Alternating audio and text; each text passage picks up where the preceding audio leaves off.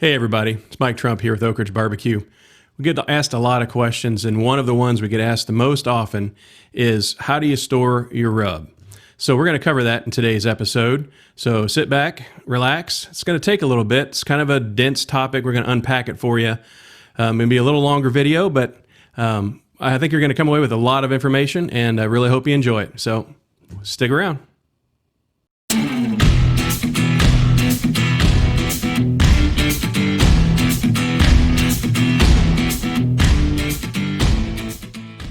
All right, we're back. All right, so how to store your spices.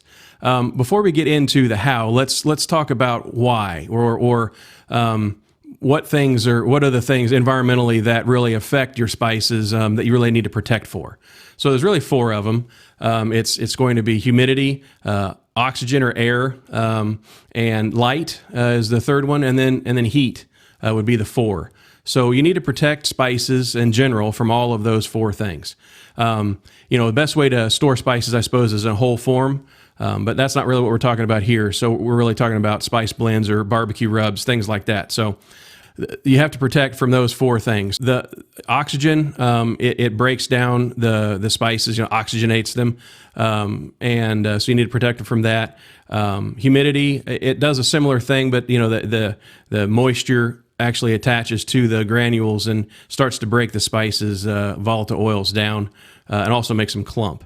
And light, it'll bleach the rubs out. So if you've ever seen a bottle of rub that's really light in color on one side, let's say, that's been light struck, and it's been bleached. So literally the sun, or even lights like studio lights or just store lights will bleach out rub over time. So you have to protect from light. And then the fourth thing is heat. So barbecue trailers, comp trailers, those are probably one of the most notorious places that guys I know like to store their spices. But you talk about getting hot in the summertime. If they're not in there, not running the AC, don't have ventilation going on, it could get 120, 130 degrees inside that comp trailer, and that's a horrible place to store spices. It just breaks them down really, really fast. So again, real quick, you want to protect them from oxygen. You want to protect them from moisture, humidity, basically, and you want to protect them from light, and then you also want to keep them cool. You don't have to keep them cold, but you need to keep them cool. Okay, so a lot of times I hear guys say, "Oh, I've heard that storing them in a freezer is the best place, or maybe a refrigerator." Well, that's true for perishable items in general. For spices, I've found it to not be all that true. I think especially if it's a frost-free refrigerator, those freezers on those go through heat cycles to warm them up to basically melt the frost, and then they cool back down. So it's constantly warming up to a temperature warm enough to melt ice, and then cooling it back down. Those heat and cold cycles are really not great on spices. And honestly, the best environment to store spices in is around 65 degrees and about 35% relative humidity. So the environment in your home, just in a cabinet or a cupboard, a pantry, is really as close as you're probably going to get to those type of optimum conditions, because at least here in the United States, we've got pretty temperate conditions. If you live in Florida, it's a different story. You really got to keep the humidity away from your spices. So you have to deal with those individual things depending upon where you live. So that's why here at Oakridge BBQ we use these multi-layer stand-up bags. They're almost impervious to any moisture and oxygen. Literally 100%, or like 99.99 something. And then obviously the foil layer, mylar layer in some cases, that's also totally impervious to light. And so then at that point, the only thing you really have to worry about is heat. And as long as you keep them in a nice, cool, room temperature environment, then you've basically done everything you can to store the spices as well as you can. And that's in a factory sealed state. So when these bags are factory sealed, they're literally glued together. So that's what makes them so good. The sides themselves, the bag material is 5 layers on all sides. And then when it's welded together with heat along the sides here and then the top, It's literally like an MRE. You know, I think honestly the spices could last, stay fresh in here for up to 10 years easily, because it's just such a environmental barrier to protect them. Now, of course, once you open them, then now you're relying on the zipper. But luckily, the zippers on our bags are very tight, and they do a great job of holding out that atmospheric pressure that would try to push or pull moisture or oxygen into our bags. They actually do a lot better job than any stand-up shaker bottle that the typical spice rubs come in today. So really, the very best way, short of storing your spices whole, is in these stand-up bags. That's why we've chosen to use them. Once you've opened them, like I said, make sure that, as I've covered in another video, make sure you keep the zipper free of material. So whenever you use these stand-up bags, you want to orient the zipper, find the male side of the zipper, and pour the rub out of the male side. I think I've got an open one over here. I can kind of display that here. Let's see. So, all right, find that male side. There's the female side right there. There's the male side's right here. And so you'd orient that down and then pour out through here. Not through the corner. That's bad. Through here. And then that way you have less chance of the spices themselves getting stuck in between those two little ridges of the female side.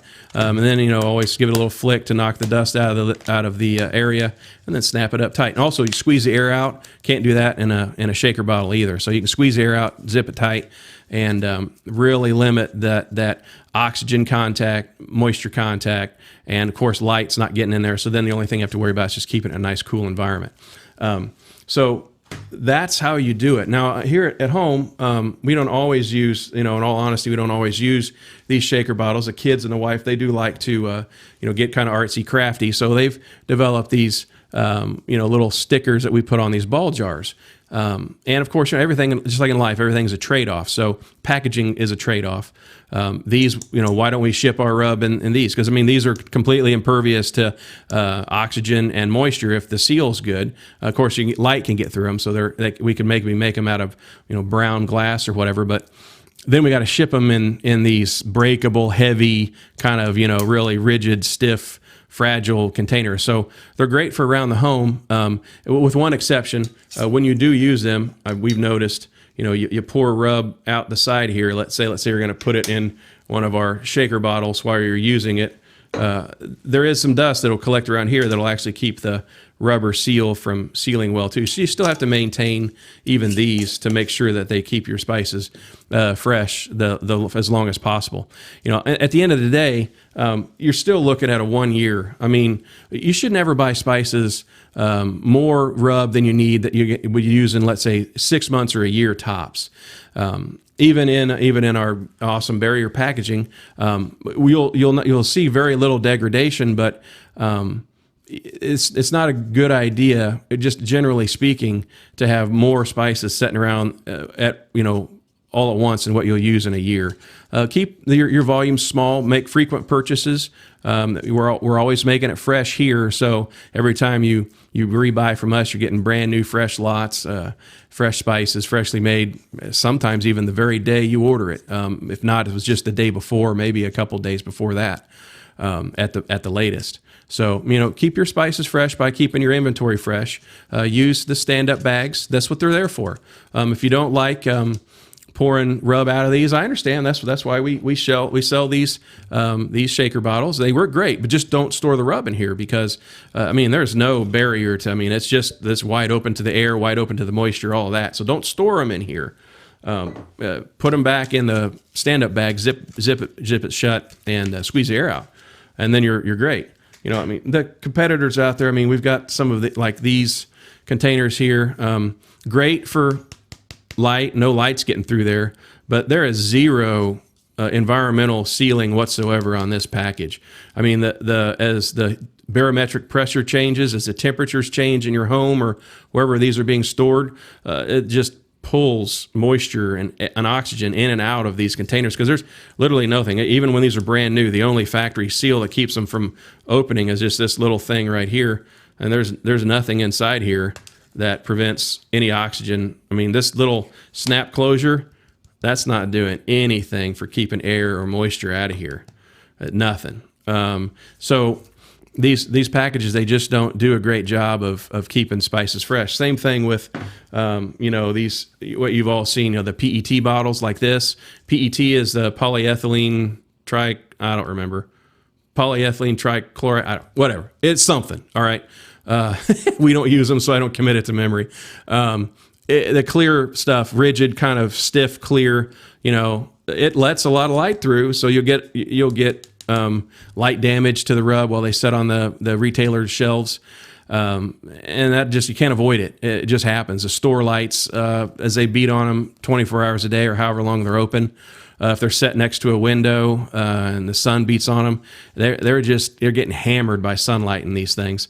And then on top of that, this closure here, that little snap closure, it's the same as the other one. There is no environmental sealing on that whatsoever. I mean, the threads that keep the lid on, the air can work right through that. I mean, we're talking about air and moisture molecules much, much smaller than what, this cap can really seal for. And then on top of that, the material itself is actually permeable to oxygen and moisture as well. It's much, much more. It's like 100 times more permeable than the material that we use for these stand-up bags, just the sides. So, I mean, even if there was a factory seal on the top inside the cap, you're still getting moisture and oxygen moving through the sides of these containers. And unfortunately, it's even worse for these HDPE bottles that are milky colored. They're a factor of about 1,000 times more permeable to oxygen and moisture than our stand-up bags are. So, I mean, again, these caps are great to dispense the product, but they do literally zero for protecting what's inside here. Nothing at all. So to summarize, sorry I've kept you so long. I told you this would be kind of a long, maybe a little bit dense on the tech talk, but hopefully not too bad. These stand-up bags are really pretty good. I mean, they have their drawbacks. So I've kind of talked about some of the drawbacks of the cylindrical spice bottles and whatnot. I mean, like I said before, everything is life's nothing but a series of trade-offs, right? So in this are the positives of the stand-up bag are the barrier properties. I mean, they're very, very high barrier, almost like hermetically sealed when they're factory sealed like this. I mean, they really are. But some of the drawbacks are maybe a less puncture resistance, so you have to be careful with them. You don't want to treat them too roughly. But honestly, they will. I mean, they'll take some abuse. Honestly, I mean, they will take it. But over time, when you reuse the same stand-up bag, this material will start to fold and crease. And then where it creases in the inside corners of that crease, you can develop little pinholes, and then that will let oxygen and moisture in right through like a wide open barn door. So you got to keep your eye on that. If you've got some seasoning that you haven't been quite so careful with on the packaging or whatever, and you still got a lot in there and you don't want to just throw it away and it's still in good shape, you can always email us, give me a call. I'll be happy to mail you one of these empty bags. You can put your spices back in. I'd be happy to do that. But just in summary, again, protect spices from oxygen, from moisture, which is humidity, basically, and from light, and then heat. So don't store them in your barbecue trailer. Really don't store them in the freezer. They're perfectly fine stored on your cabinet or in your cabinet, away from sunlight. Don't store them next to your oven or your stovetop. If it gets really hot there, don't put them right there, right above it. That's a bad place for spices too, because it's always hot there. Take some care. I mean, these are very flavorful. I mean, it makes your life a lot more enjoyable. Spices do. So take some care with them, and then I think you'll really appreciate the benefits. So that's my rambling. That's my rambling about how to store spices. If you guys have any other questions, I've set up a new email address. It's called questions@oakridgebbq.com. I'll try to put it somewhere here on the screen. I don't know. I'll do that here in post. But it's questions@oakridgebbq.com. Those will go directly to me. And I'd really like to start, answering more questions. I do it all the time, every day. Folks call me on the phone, talk to me directly, and I love to talk to everybody. But I can honestly, I can reach more people, especially when I get the same questions. Sometimes I'd be happy to address those in this video format, so you can at least hear my opinion about what I think about whatever it is you're asking. Be happy to do that. So again, questions at oakridgebbq.com. And as lots of guys say, and I do appreciate it as well, if you like the video, please like it. If you want to subscribe, we'd love you to. We're going to create more of these, or they're a lot more work than I really thought they were going to be. These videos are tough, so my hat's off to all you guys out there that make these videos like every day or once a week or whatever. They're, as this one has proven, it's a challenge to get this done. So I appreciate you guys watching. And again, thanks again for the business. And we'll see you next time. Thanks a lot.